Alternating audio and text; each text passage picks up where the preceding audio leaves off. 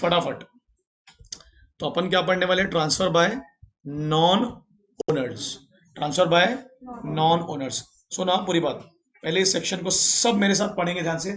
Section 27 क्या लिखा पढ़ो। Subject to the provision of this act of any other law for time being in force. इसका मतलब है उस वक्त कौन सा कानून फोर्स में था। अलग अलग कानून होते हैं ना, जैसे अभी अपन क्या पढ़ रहे? सोगा। हो सकता है आने वाले टाइम पर कुछ और हो। तो मतलब जब भी ऐसा होगा, नॉन ओनर होगा, तो उस वक्त जो भी कानून फोर्स में होगा उसके हिसाब से।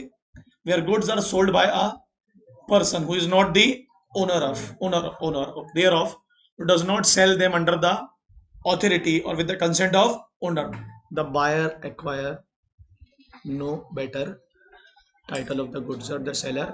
मेरा एक सवाल है आपसे। सोनी के शोरूम की डिस्ट्रीब्यूटरशिप अगर दुनिया में किसी के पास है, तो पहले तो एक बात बताइए मुझे, क्या वो टीवी उसने बनाया है? मगर उसने जिसने बनाया है वो उसकी परमिशन से बेच रहा है। सर लिखे रहता है ना वहां उनकी दुकान में, सोनी का डिस्ट्रीब्यूटरशिप है मेरे पास।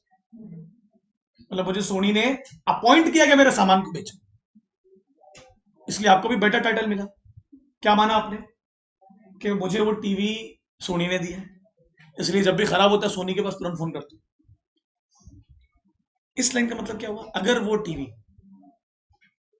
ओनर की मर्जी से नहीं होती, आप उनके गोडाउन से चुरा के लाए, आप समझ रहे हैं क्या बोल रहा हूं? तो क्या वो आपकी होती है? सर जब वो सेलर की नहीं हुई तो बायर की कहां से होती? एग्री? आपके पास जो टीवी है वो आपकी थोड़ी ना है, वो उसकी है जिसने बनाया है। आप उससे परमिशन लेके बेच रहे हैं, तो उसने आपको अलाउ किया ना। You are not the owner of the TV, you are just a distributor. अगर आप ओनर होते तो रिस्क आपका होता। मैं बताऊं कैसे? खराब होती तो आप थोड़ा सुधारते हो, कंपनी सुधार के देती है। आपने पढ़े रिस्क किसका होता है? आप क्या हो? सिर्फ उसके डिस्ट्रीब्यूटर हो जो किसी और के बनाए हुए सामान को बेच रहे हो। You are not the owner, you are just a. मगर सुनो ना, मगर जब मैं आपसे खरीदने आऊंगा तो मैं तो आप ही को मानूंगा। That is the non owners. Consignment में देखना अपना, consignee is the non owner, but consignor ने उसको अलाउ किया कि जा मेरे सामान को बेच। तो मतलब इस रूल का मतलब क्या हुआ? रूल मतलब क्या हुआ? मतलब कई बार नॉन ओनर भी ओनर के सामान को बेचेंगे और हम उस नॉन ओनर को ही हमें ओनर मानना पड़ेगा। फट से पढ़ते हैं। मगर सुनो ना, कंसेंट किसकी होनी चाहिए? ओनर की। किसकी? Owner, actual owner. फटाक से पढ़ो, दो एग्जांपल खत्म करो खेल को। क्या लिखा है? If A sell some stolen goods to be, stolen goods है ना, तो चोरी हुए गुड्स उसके हो गए क्या? अरे जब उसके नहीं हुए तो बायर के कहां से होंगे? बायर को मिलेगा गुड टाइटल? अरे पढ़ो ना बेटा, पूरा एग्जाम्पल पढ़ो ना, आधा क्यों पढ़ो? B will get no title of that. True owner has a right to get back his own goods from B. Agree? अब आगे पढ़ो नीचे 14 example. Under hire, what is hire purchase? कब कब होते हैं आपके गुड्स? लास्ट इंस्टॉलमेंट में। कब होते हैं? और आगे पढ़ो। Sell them to Q, Q दो अ बोनाफाइड, बोनाफाइड मतलब इन गुड फेथ, उसने तो ईमानदारी से खरीद लिया बेचारे ने। Does not acquire the ownership in this vehicle. क्यों नहीं मिली?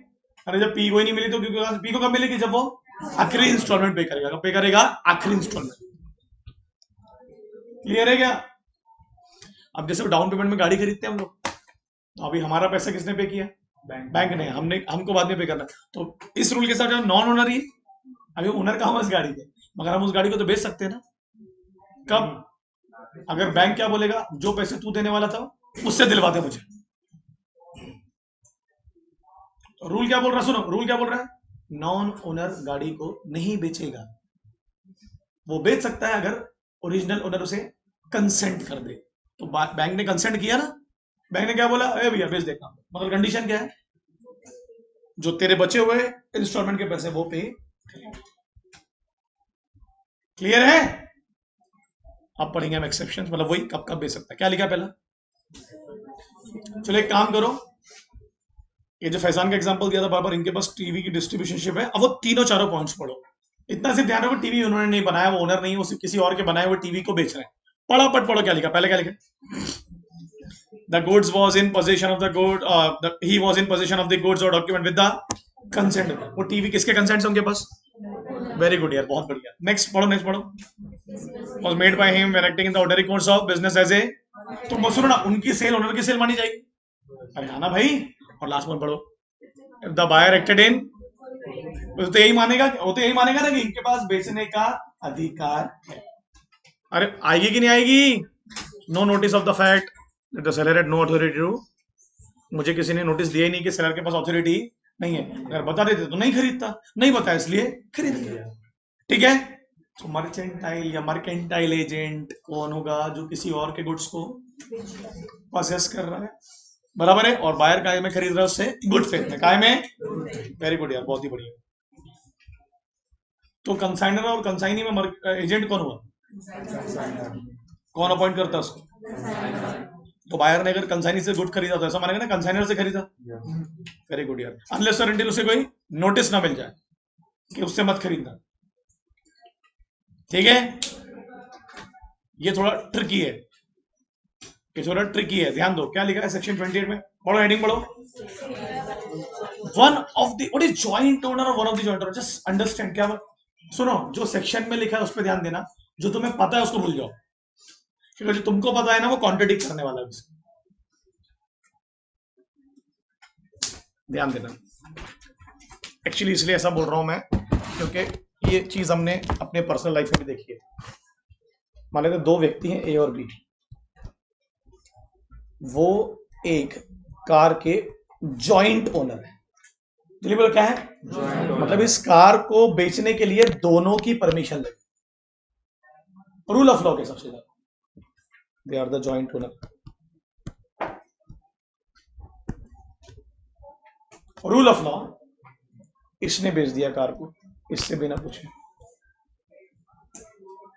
इसने खरीद लिया, क्या मान के चलेगा? सी दोनों की परमिशन।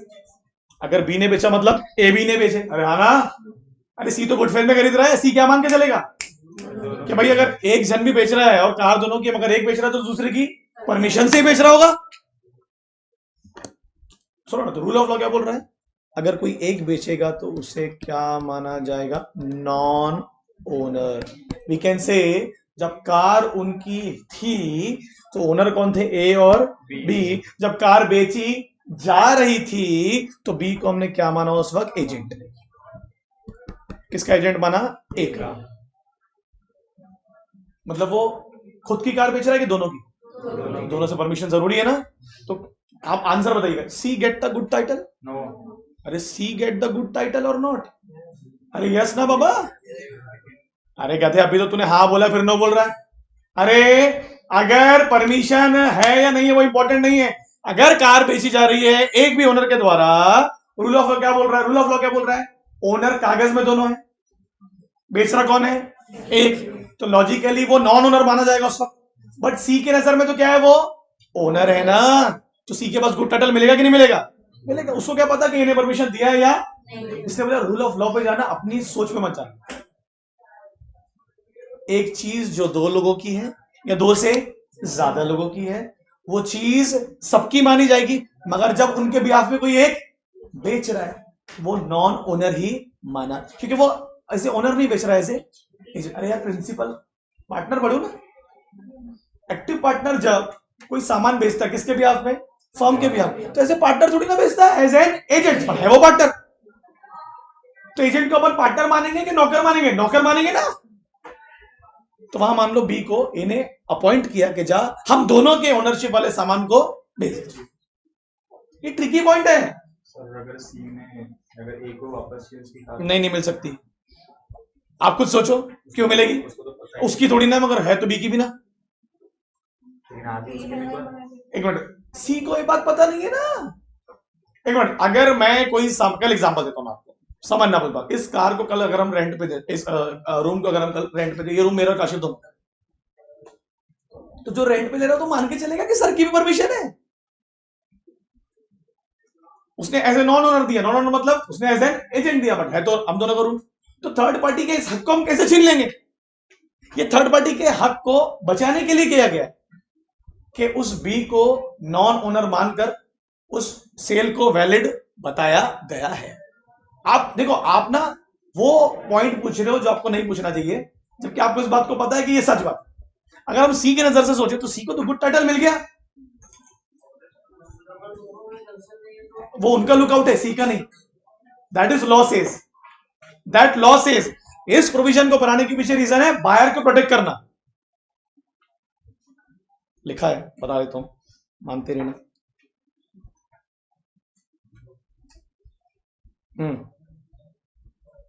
देखो क्या लिखा है, ये पढ़ो इस पॉइंट को।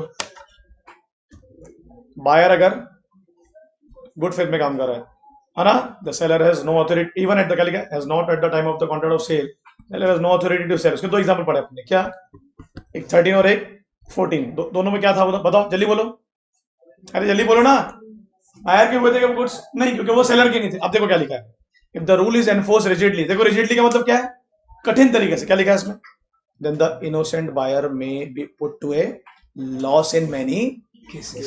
फिर ऐसे में तो हर ए आके बोलेगा बी को कि वो कार मेरी थी बे, तो फिर सी का कौन कौन रक्षा करेगा। तो ऐसे सी लोगों को बचाने के लिए कि उनका सी ना कटे, इसलिए प्रोविजन डाला गया। वर्ड आ गया ना, इनोसेंट, ठीक है, to protect the interest of innocent. क्या है, पढ़ो पढ़ो पढ़ो पढ़ो, एग्जाम्पल पढ़ो। A, B, C are three joint owners of a TV and VCR with the consent of B and C. The VCR with, दोनों ने बोले, दोनों भाइयों ने कि तू कौन रखेगा टीवी और VCR को, तो उन्होंने बोले ना। और अगर वो बेच दे तो बाहर वाले को क्या लेना देना है कि बी और सी की परमिशन थी या, वो तो मान के चलेगा थी। पढ़ो आगे पढ़ो। A sell the TV and VCR to P who buys in without notice that he had no authority to sell. B gets a good title of, है ना। अच्छा, वो टीवी पी की कब नहीं होती, अगर बी और सी फोन करके पी को बोलते थे, ए सुन भैया, अगर ए ने तेरे को ऐसा बोला ना तो पहले हमको फोन करना, हमको फोन नहीं करेगा तो वीसीआर टीवी तेरा नहीं होगा। मतलब आपको नोटिस देना पड़ेगा अगर आप चाहते कि नॉन ओनर आपके सामान को ना बेचे। अब ये नॉन ओनर कौन है, ए ना।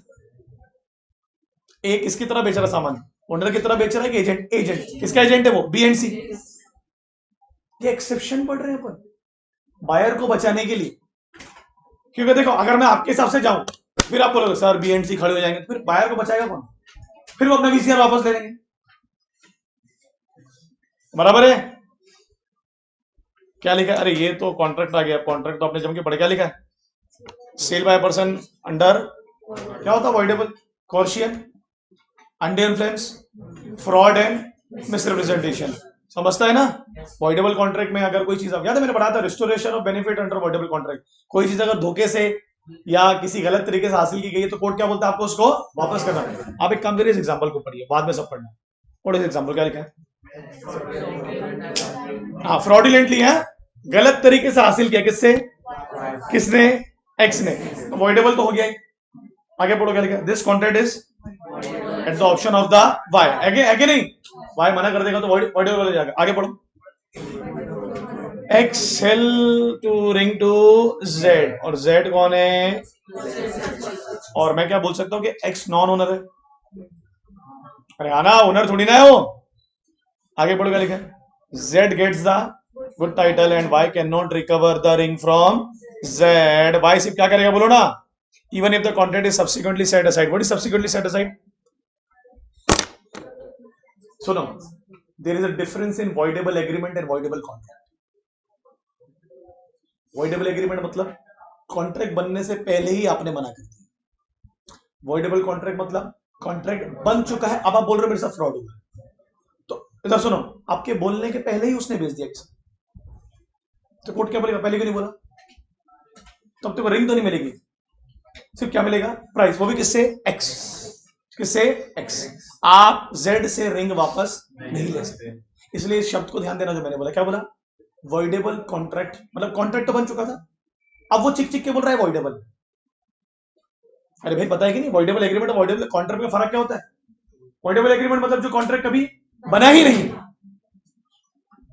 किसको बचाया आपने, बायर, किसको, तो हर दूसरा आदमी आके बोलेगा अरे वो रिंग को तो परमिशन नहीं दिया। ठीक है, देखो पढ़ते वक्त चीजें हाइपोथेटिकल लगती हैं, बट जब आपके साथ होंगी तब आपको रियलिस्टिक लगेगी। ये सिचुएशन होती होंगी कि अराइज हो सकती होंगी, इसलिए बनाया गया। राइज हो सकती नहीं नहीं हुई होंगी तभी बनाया गया, आगे हो तो दिक्कत ना हो। मैं ऐसा होता है कि हमारे साथ कोर्ट कोर्ट कोर्ट तब इंसिस्ट करता है किसी भी कानून पर या लॉ मेकर तब इंसिस्ट करता है जब कुछ गलत हो चुका है। अरे सोलोमन ने कुछ गलत किया तभी तो कॉर्पोरेट बिल आया ना।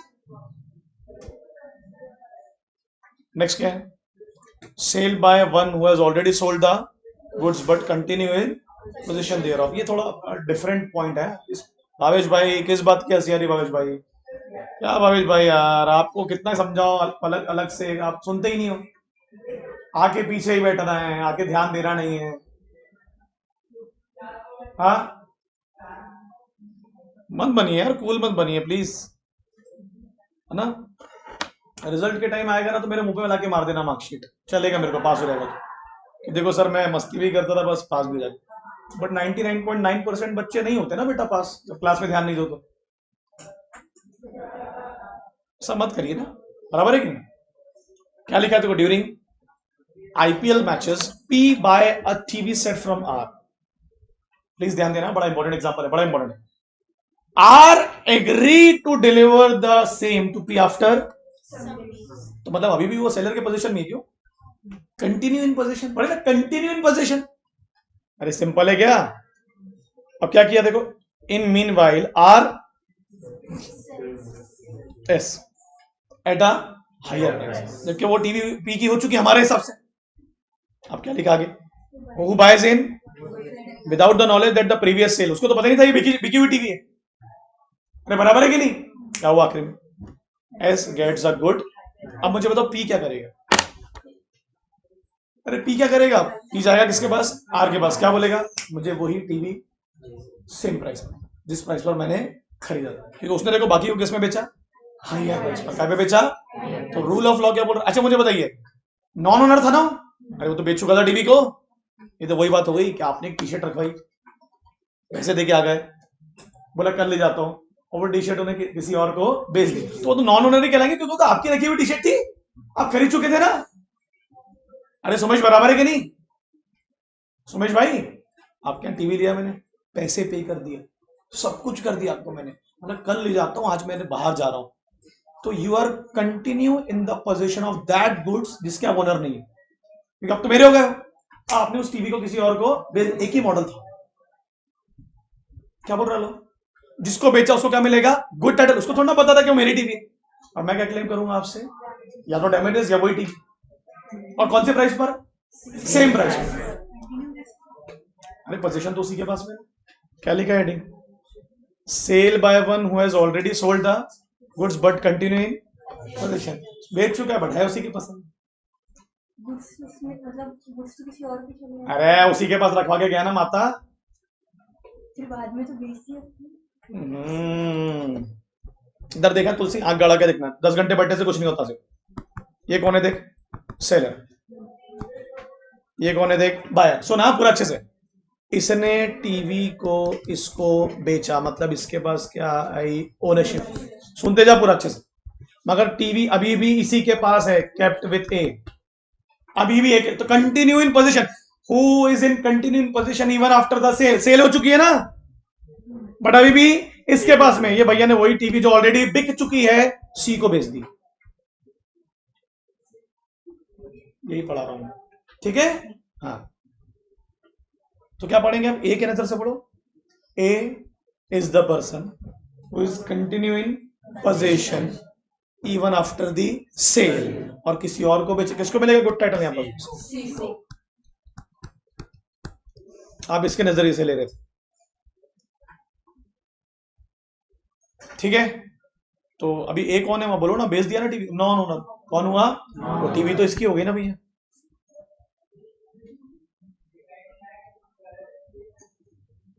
ठीक है, तो ये आप जो पढ़ रहे हैं ये आप सिर्फ एक ही आदमी को बचा रहे, थर्ड पार्टी अब आया, ठीक है? हो गया।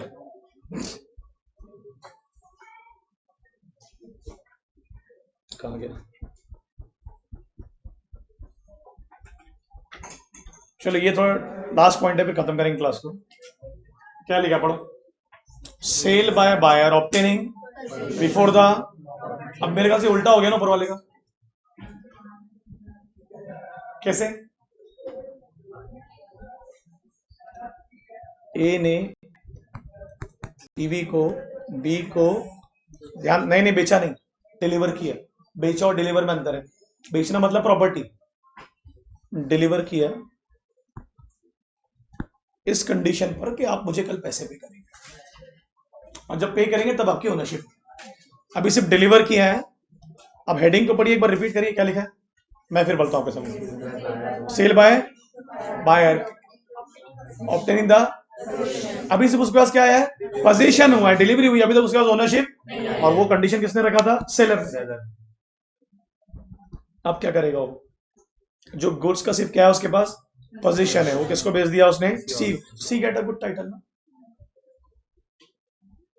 ए ना, हाँ, तो ए किससे पैसे मांगेगा, सी से नहीं, क्योंकि वो ऑलरेडी बी को दे चुके। तो यहाँ किसको प्रोटेक्ट किया अपन ने, third party, innocent buyer. Innocent है ना। तो मैं आपसे एक सवाल पूछूंगा, बी ने वो गुड्स बेचा ना जो उसके थे ही नहीं, वो तो कल होने वाले थे उसके, कब होते, जब वो पैसे, दैट इज नॉन ओनर। वो तो ओनर कल बनने वाला था, बना कहा अभी, सेलर क्या बोला, कल जब आप पैसे पे तब मैं बिल दे दूंगा आपको कि आपके नाम के गुड्स है, अभी तक आपको बिल नहीं दिया हूं। क्या किया भैया ने, रात को किसी और को गुड्स, तो रूल क्या बोल रहा है, थर्ड पार्टी का गुड टाइटल मिल जाएगा, और जिसने बेचा वो ओनर अभी नहीं है। अब समझा, इसके पहले वाले सेक्शन में ओनर कौन नहीं था, सेलर, और अभी कौन नहीं है, buyer, that is vice versa. इसलिए कंसेप्ट पे फोकस कर रहा हूं, सुनो पूरी बात, उससे पढ़ना मत उसको, मिल जाएगा आपको जो नोट्स, तो इजीली समझ में आ जाएगा।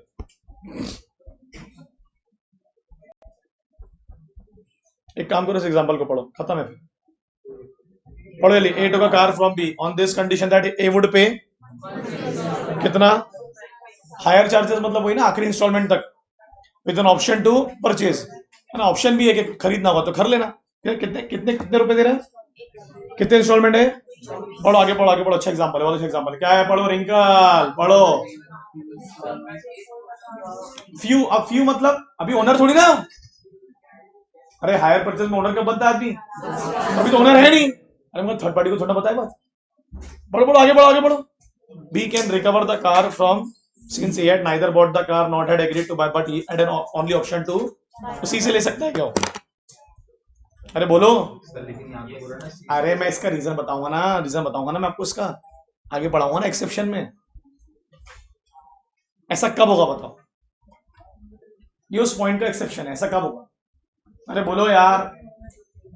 अगर सी को पता है, नोटिस है कि वो कार हायर परचेज पे है, यहां दिखा देता हूं आपको मैं कि आपको ये जो पॉइंट है ना, व्हाट इज दैट मीन, अगर ए कोई गुड्स बी को देता है काय पे, हायर परचेज पर, और ए ने कंडीशन रखा है कि आप क्या पे करोगे, पूरे इंस्टॉलमेंट्स, लास्ट इंस्टॉलमेंट में गुड्स आपके होंगे, एग्री, अरे बराबर है क्या। तो जब तक लास्ट इंस्टॉलमेंट नहीं होगा क्या माना जाएगा, जल्दी बोलो, नॉन ओनर। अब दो कंडीशन होगी, या तो ये वाली बात सी को पता है, या तो ये वाली बात सी को पता है या सी को नहीं पता है, पता है या नहीं पता है। अब मुझे बताइए रूल क्या में आएगा जो अपन सेक्शन पढ़ रहे हैं, मतलब सी को गुड टाइटल कब मिलेगा, जब उसको नोटिस नहीं है। क्या नोटिस नहीं है कि ये हायर परचेज की, क्या बोलेगा सी, मैं इंस्टॉलमेंट पे करता हूँ, गाड़ी मेरे को दे दो, और सी के पास ओनरशिप कब नहीं आएगी, जल्दी बोलो।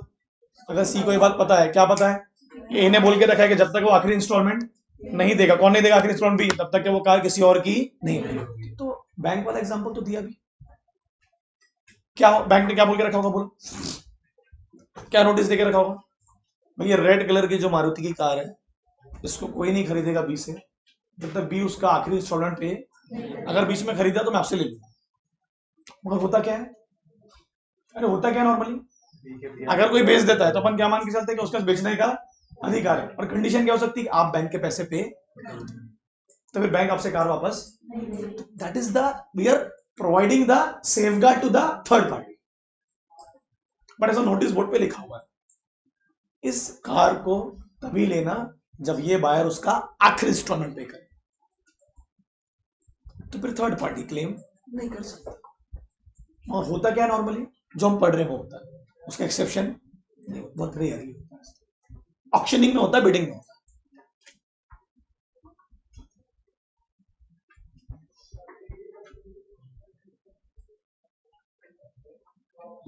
क्या लिखा है लास्ट पढ़ो।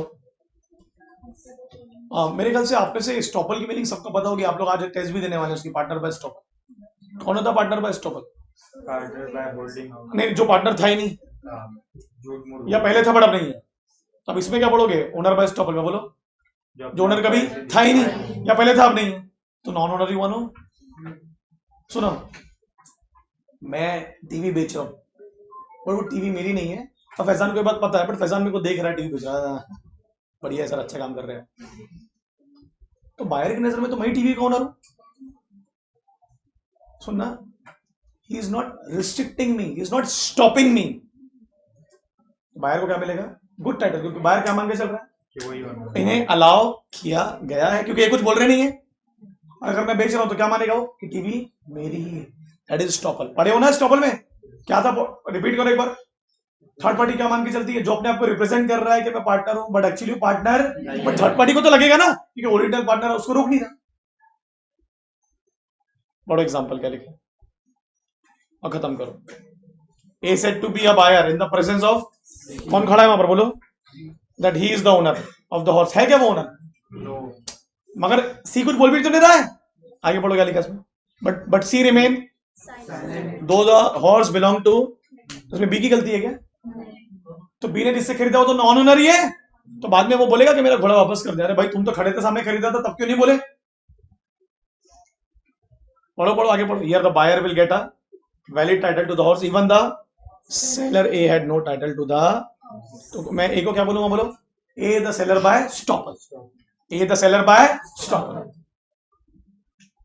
और देखो ना क्या लिखा, in this case C by his own conduct prevented from denying his authority. उसका चुप रहना ही उसका ऑथोरिटी देना है। सही बोल रहे हो? अरे वो चुप था, अगर वो बोल देता कि नहीं नहीं ये मेरा नौकर है, इससे मत खरीदता मेरे से बिना पूछे, तो नहीं खरीदता हूं, ठीक है? तो बोलोगे क्या यार? 54(3) में पढ़ो, कौन होता है ऑफिशियल लिक्विडेटर? जल्दी बोलो।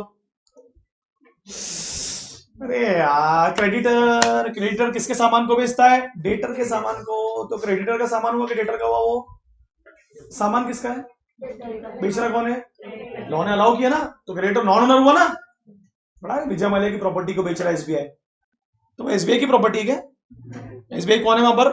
नॉन ओनर है, मगर उसको लॉ ने अलाउ किया है।